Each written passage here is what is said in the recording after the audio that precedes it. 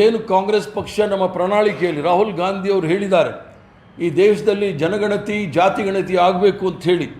ಜಾತಿ ಗಣತಿಗೆ ಅವರು ಒಪ್ಪಕ್ಕೆ ತಯಾರಿಲ್ಲ, ಬಟ್ಟೆಂಗೆ ಅಥವಾ ಕಟ್ಟೆಂಗೆ ಅಂಥೇಳಿ ಮಹಾರಾಷ್ಟ್ರ ಮತ್ತು ಜಾರ್ಖಂಡ್ ಚುನಾವಣೆಯಲ್ಲಿ ಪ್ರತಿಪಾದನೆ ಮಾಡಿದಂಥ ನರೇಂದ್ರ ಮೋದಿಯವರು ಕಾಸ್ಟ್ ಸೆನ್ಸಸ್ಗೆ ಒಪ್ಪದೇ ಇರ್ತಕ್ಕಂಥವ್ರು.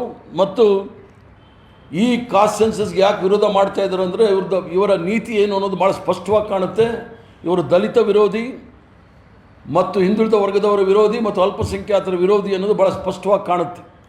ಜಾತಿ ವ್ಯವಸ್ಥೆಯಲ್ಲಿ ಅಪಾರವಾದ ನಂಬಿಕೆ ಇಟ್ಕೊಂಡಿರ್ತಕ್ಕಂಥ ಸಂಘ ಪರಿವಾರದವರು ಅದಕ್ಕೆ ಜಾತಿ ಗಣತಿ ಬೇಡ ಅಂತಕ್ಕಂಥದ್ದನ್ನು ಮಾಡಲಿಕ್ಕೆ ಮತ್ತು ಸದನದಲ್ಲಿ ಏನು ಸಂವಿಧಾನದ ಬಗ್ಗೆ ಚರ್ಚೆ ಆಗಬೇಕಾಗಿತ್ತು ಅದನ್ನು ಬೇರೆ ರೀತಿಯಲ್ಲಿ ತಿರುಗಿಕೊಳ್ಳಲು ಅಮಿತ್ ಶಾ ಅವರನ್ನು ಉಪಯೋಗಿಸಿಕೊಂಡು ಸಂವಿಧಾನಕ್ಕೆ ಬಾಬಾ ಸಾಹೇಬ್ ಭೀಮರಾವ್ ಅಂಬೇಡ್ಕರ್ ಅವರಿಗೆ ಅವಹೇಳನ ಮಾಡಿದ್ದಾರೆ.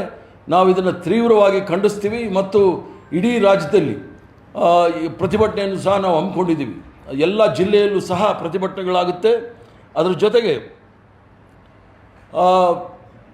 ನರೇಂದ್ರ ಮೋದಿಯವರಾಗಲಿ ಇಷ್ಟು ದಿವಸ ಆದ್ರೂ ಸಹ ಅದಕ್ಕೆ ಉತ್ತೇಜನ ಕೊಡ್ಕೊಂಡು ಬರ್ತಾ ಇದ್ದಾರೆ ವಿನಃ ಯಾವತ್ತೂ ಸಹ ಅದರ ವಿರುದ್ಧವಾಗಿ ಹೇಳಿರೋ ತಪ್ಪು ಅಂತ ಹೇಳಿಲ್ಲ.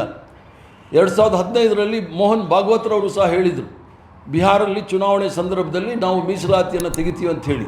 ಸೊ ಇವರ ಮನಸ್ಥಿತಿ ಭಾಳ ಸ್ಪಷ್ಟವಾಗಿದೆ. ಸಂವಿಧಾನದಲ್ಲಿ ನಂಬಿಕೆ ಇಲ್ಲ, ಅಂಬೇಡ್ಕರ್ ಅವರ ಬಗ್ಗೆ ಒಂದು ಅಸಹ್ಯ ರೀತಿಯ ಭಾವನೆಗಳಿದೆ. ಆದ್ದರಿಂದ ಇದನ್ನು ನಾವು ತೀವ್ರವಾಗಿ ಖಂಡನೆ ಮಾಡಿ ಈ ಒಂದು ವಾರದಲ್ಲಿ ಎಲ್ಲ ಜಿಲ್ಲಾ ಮಟ್ಟದಲ್ಲೂ ಸಹ ಪ್ರತಿಭಟನೆಯನ್ನು ಹಮ್ಮಿಕೊಳ್ತೀವಿ. ಈ ವಿಚಾರದಲ್ಲಿ ತಮ್ಮನ್ನು ಕರೆಸಿ ಜನಸಾಮಾನ್ಯರಿಗೆ ಆದ ಘಟನೆಯನ್ನು ವಿವರಣೆ ಕೊಟ್ಟಿದ್ದೀನಿ. ತಾವೇನಾದರೂ ಪ್ರಶ್ನೆ ಕೇಳೋಂಗಿದ್ದರೆ ಅದಕ್ಕೆ ಉತ್ತರ ಕೊಡೋಕ್ಕೆ ತಯಾರಿದ್ದೀನಿ.